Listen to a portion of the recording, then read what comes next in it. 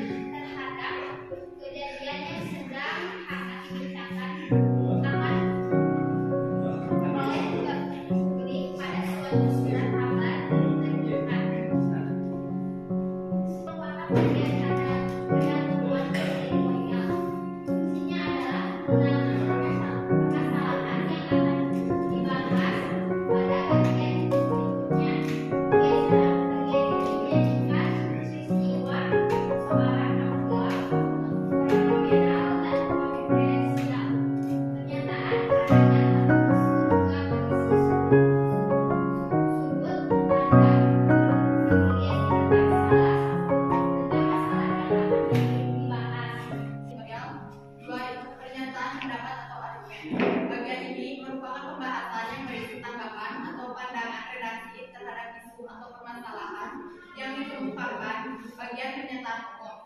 Umumnya, argumentasi diperkuat dengan data hasil penelitian, pernyataan para ahli, atau fakta-fakta berdasarkan referensi yang dapat dipercaya. 3. Penegasan. Bagian ini berisi kesimpulan, saran, dan rekomendasi.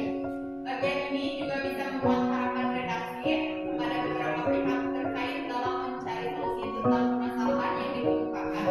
Selain itu, pernyataan atau penegasan ulang pendapat dapat berisi penegasan ulang pendapat yang didukung fakta. Tujuannya memperkuat atau menegaskan keseluruhan isi teks editorial. Ciri-ciri teks editorial. Pertama, mengandung isu yang akan dibicarakan. 2. Sistematis dan logis. 3. Menyatakan opini untuk meyakinkan pembaca. 4. Kalimatnya lugas. Kaidah pembahasan teks editorial. Pertama, menggunakan kalimat retoris. Kedua, menggunakan kata populer. Ketiga, menggunakan kata ganti penunjuk. Keempat, menggunakan penjungsi. Penjungsi sendiri adalah kata atau ungkapan yang menghubungkan dua satuan bahasa yang sederajat. Kata konjungsi tersebut menghubungkan antara kata dengan kata, frasa dengan frasa, klausa dengan klausa, atau kalimat dengan kalimat.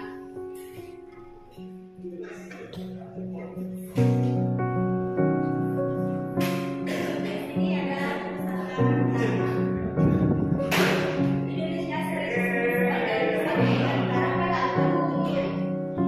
Mengapa disebut demikian? Tidak lain dan tidak bukan karena luasnya wilayah tropis di Indonesia. Wilayah hutan yang luas menyumbang banyak oksigen yang dibutuhkan masyarakat. Namun, apakah ini akan terus berlanjut melihat tingginya kerusakan hutan dan kebakaran hutan di Indonesia? Dari Januari hingga Mei,